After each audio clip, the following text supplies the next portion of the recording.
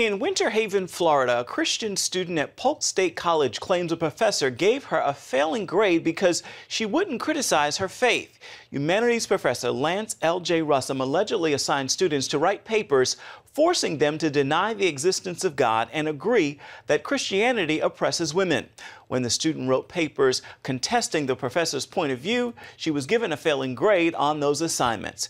Caleb Bonham is editor-in-chief of CampusReform.org, a watchdog group that exposes bias and abuse on college campuses. He joins us now from our D.C. bureau. Caleb, give us some background on the professor and why he failed this Christian student. Yeah, the professor, L.J. Russum, he is a self-proclaimed atheist, Marxist, feminist professor who teaches this humanities course in Florida. And he assigned to his students 15 essays for the class. And in the case of these 4 essays, he required that students sort of argue anti-Christian perspectives regarding a variety of different topics. But the 2 that stood out to this young student whistleblower that came to the Leadership Institute's Campus Reform was really upset that in the course outline, the professor tried to make political points saying that Jesus is a myth in the same line as Hercules and Apollo, and that all religions are the product of human imagination. And she was required to go along with that. She couldn't argue against any of that. She couldn't argue against, as one of the assignments indicated, the idea that Martin Luther's work in reforming the entire church was of divine providence, but instead a result of humanism. And so when the young girl, a 16-year-old, we're talking about a advanced placed student, said, no, I'm going to stand up for my faith. I'm going to stand up for my belief in Jesus Christ, and instead argue against this leftist professor, he failed her on 4 class assignments, giving her a 0 on all of those essays. Yeah, unbelievable. You know, failing a student for disagreeing with the professor seems to go against the principles of higher education. What's going on?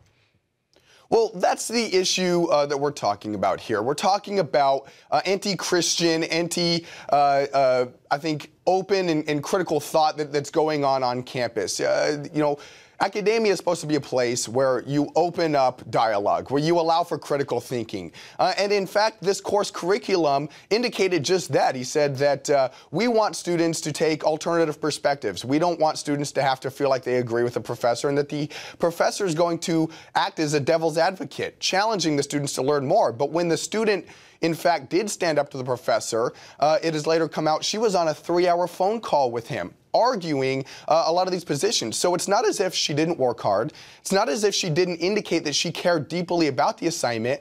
She was failed for political reasons, and because that she didn't bow down to his position as a professor.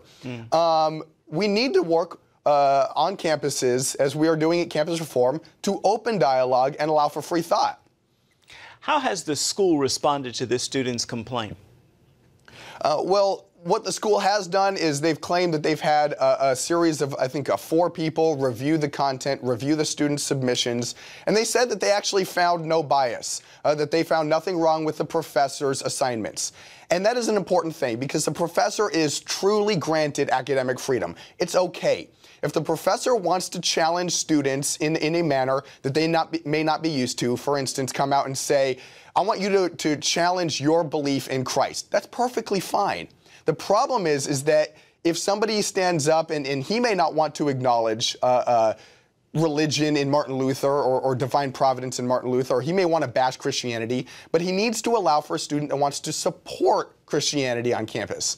And he didn't do that in this situation. What Mike Adams, the professor that we talked with at Campus Reform, is calling for is an independent investigation, and that's something the university is not providing at this point. Real quickly, turning now to another case, the Higher Education Committee in California Assembly has rejected a religious freedom bill for students. What was that bill designed to do? Yeah, that bill was designed to protect the freedom of assembly for student groups on campus. We've seen in California, at the California State University system, ministries like the InterVarsity Fellowship Ministry be derecognized on several California State University campuses because they require, go figure, Christians to lead their Christian ministry. And they said that that's discrimination. So what they're essentially saying is that it is wrong for a group on campus, a Christian group, to say, no, we don't want an atheist running our Christian ministry. We need to make sure that they're Christian. And that bill failed, shockingly, on a 9-2 to 2 vote in the state assembly, and it didn't even pass through. So that's another issue that we need to stay focused on. Why do you think the bill was rejected? Well, I think it's rejected on partisan grounds. The committee has 13 members. It's got 9 Democrats. It's got 4 Republicans. And they're concerned that tying student financial aid to universities and requiring them to not discriminate against student groups will decrease student aid in some student financial assistance in certain ways.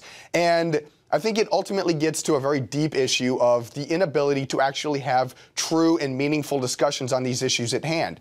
It's not wrong for a university or for a student group to say, hey, we're a college Democrat group or we're the college Republican group, and we want a Republican to lead our group, or we want a Democrat to lead our group, and we want that to be in the bylaws. But for some reason, because of the political narratives that we've seen nationwide, it's a bunch of talking points, and we're unable to actually get to the root that it's okay to discern leadership for student groups. It's okay to, quote unquote, discriminate against people that don't believe the same thing you do and not require participation from people that may believe otherwise than you for a group that's specifically tailored, in this case, for Christian ministry.